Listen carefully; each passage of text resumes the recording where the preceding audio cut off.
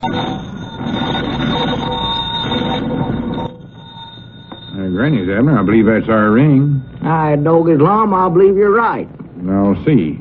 Hello, jot'em down store. This is Lum and Abner.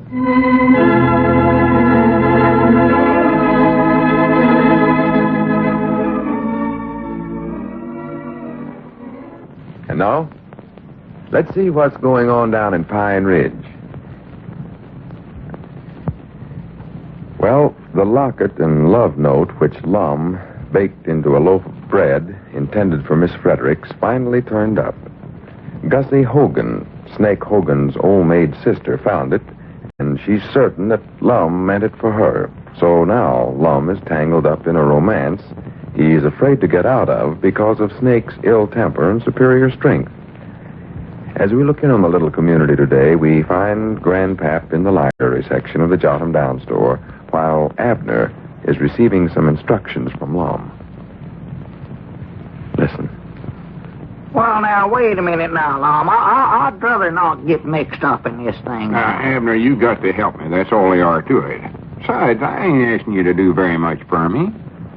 You act like you wouldn't care if I had to go as first to marry Gussie Hogan.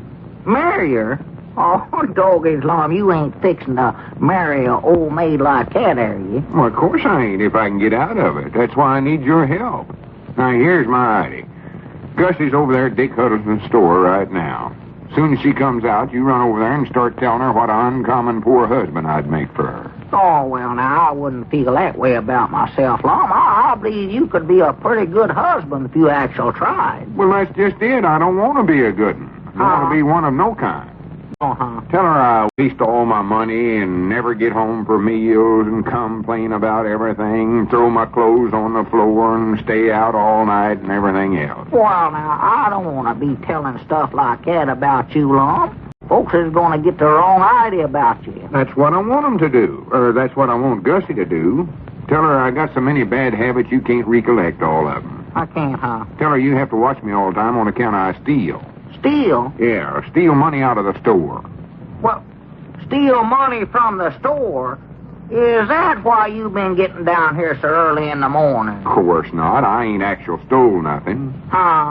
Can't you understand that I'm just doing this so Gussie won't want to marry me?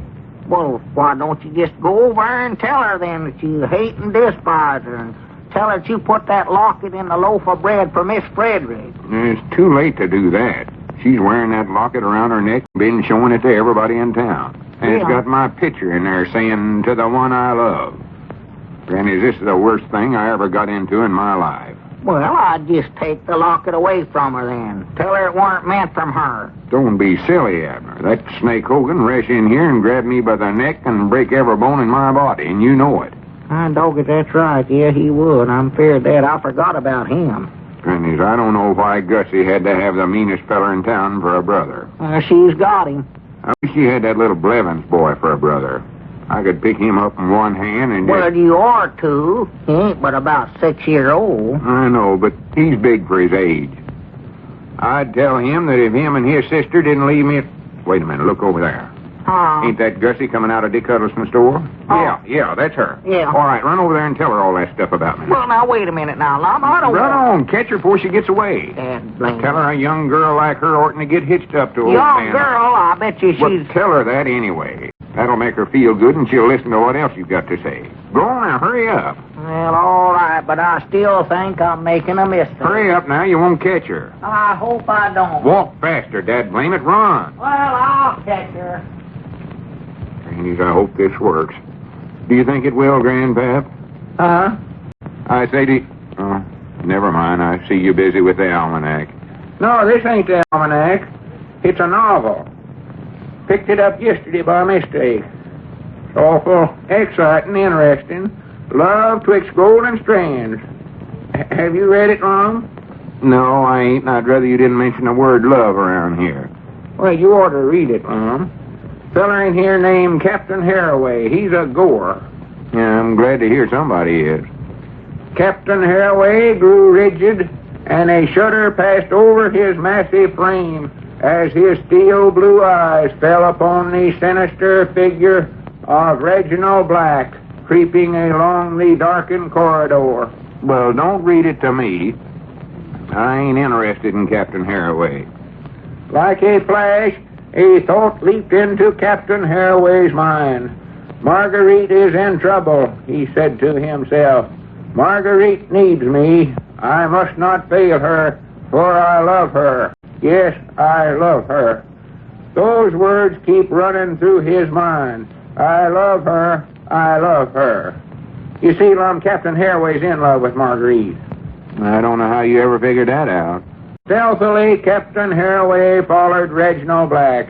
It was dangerous, but he was driven on by his great love, the one great love of his life. I'm not intruding here, gentlemen. Howdy, Squire. Grannies, I never heard you coming in there. I didn't mean to break in on a private conference, Lum. Oh, no, not at all, Squire. Fact is, I'm glad you dropped in right now. Well, I just happened to hear Grandpap mention something about love there, so I figured you were talking about Gussie.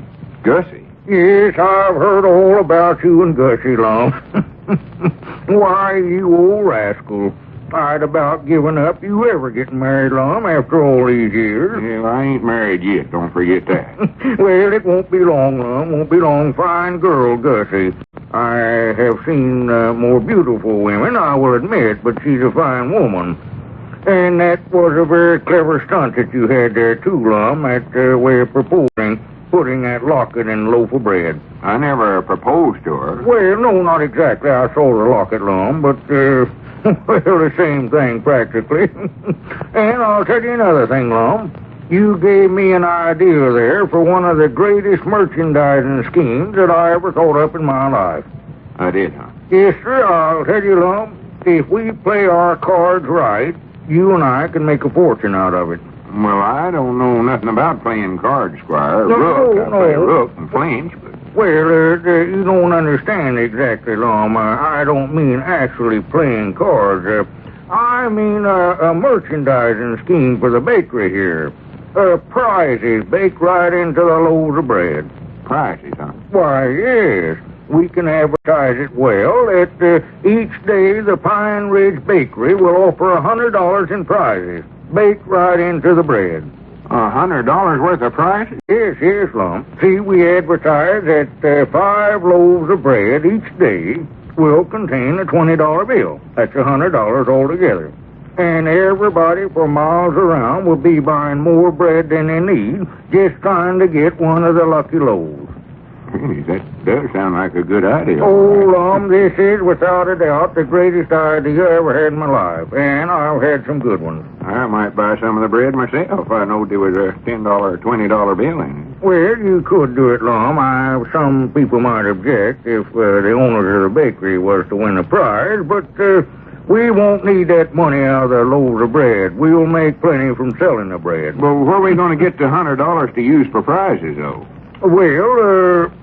Well, I'll tell you, Lum, I thought that is right at first, till we got things to rolling, you understand. Why, we wouldn't actually have to put the money in there. Not put it in there? No, not at first. Well, how could anybody win it then? Well, actually, we wouldn't have any winners, Lum, for a while, but they wouldn't catch on to us around here. We could tell it around that all the winners were out-of-town customers, you know, make up some fictitious names, and that is for a while till we got the business You again. scoundrel, you renegade, you leave this place at once. What's that? I've been watching you for a long time, and now I have the goods on you. The jig is up, you blackguard. Just a minute, Grandpap. Now, you can't talk to me like Out, that. I say, out. Take your crooked, underhanded schemes and be gone. Out, I say. Now, listen here, gentlemen. I've heard about enough of this kind of talk. I came in here on business, but I don't have to take such insults as this. Well, wait a minute, Squire. I don't care to hear any more, Lum.